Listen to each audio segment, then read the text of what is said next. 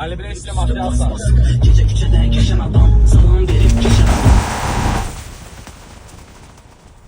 Taşıp söyüşe cavasan, yere tökerler eşavatı. Keş barika kesler, her çatanlamak ister. Yollar amsık ister, hatta polisler de yol ister. Dost korusun omzum. Buna bak kardeşim. Bir daha bu harekete bak sen bilersin. Oy bili, ola sen değil, ola sen. Allah bacarırsan da bu işi. Altan deyir ki, istəyirsinizsə hamınız üstünüzə bıçağı götürün. Polis saxlayan kimi sokaq. Bir kasmanın ne olması da bomba hayalleri var. Lakabım Black Nigga. Black nigga.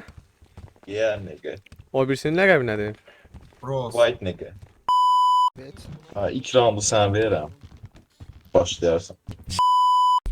Uşaqlar biraz qışqırsa ideal olur bax. Aha. Qarat, sən cındırsan. Sən alçaqsan. Bunu əgər deyirsənsə, Aha. bunun bir aydınlığı olmalıdır. Çünki sən cındır. Pidi. Ahtabdan çıxdı. Eləmə. Ahtabdan çıxdı. Yox.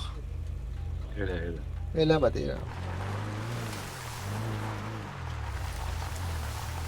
Aile danışmaq polislə eləməz.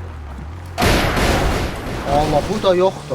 Bu nədir? Eləmə, belə danışma. Belə danışma. Eləmə danışma. Səbəb baxırla bizi vururlar. Bir də boğulurum, bir də ölürük.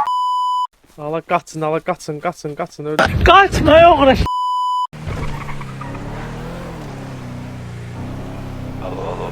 Allah gəlin götür mən burada soğuya saldım da.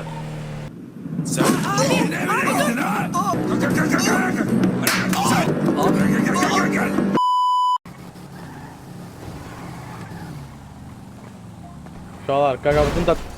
Allah olsun. Aa, bəsdir də. Aa, təslim. Oy. Uşaqlar, Gəldi, indi gəldi. hal-hazırda hamımızın üstündə bıçaq var. İplus bu günləri şəhər 7-24 daha çox yoxlanılır. Yaxşı da demədim çıxardım. Hə, ya gəlin soxun məni hərə biz. Toplandı bitmişdir. Oldu əziz qardaş. Oldu. Şad olun. Sağ olun yoldaşlar. Sağ olun.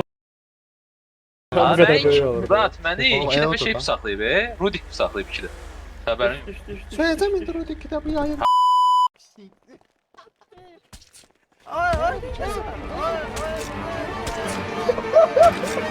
Allah məni niyə?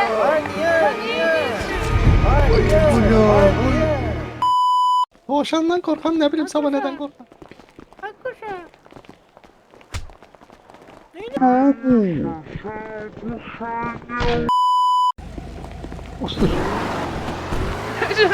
Ostursan boğularsın. Kanka siz biraz şov yapın biz de izleyelim. Ona kurban ellerimi.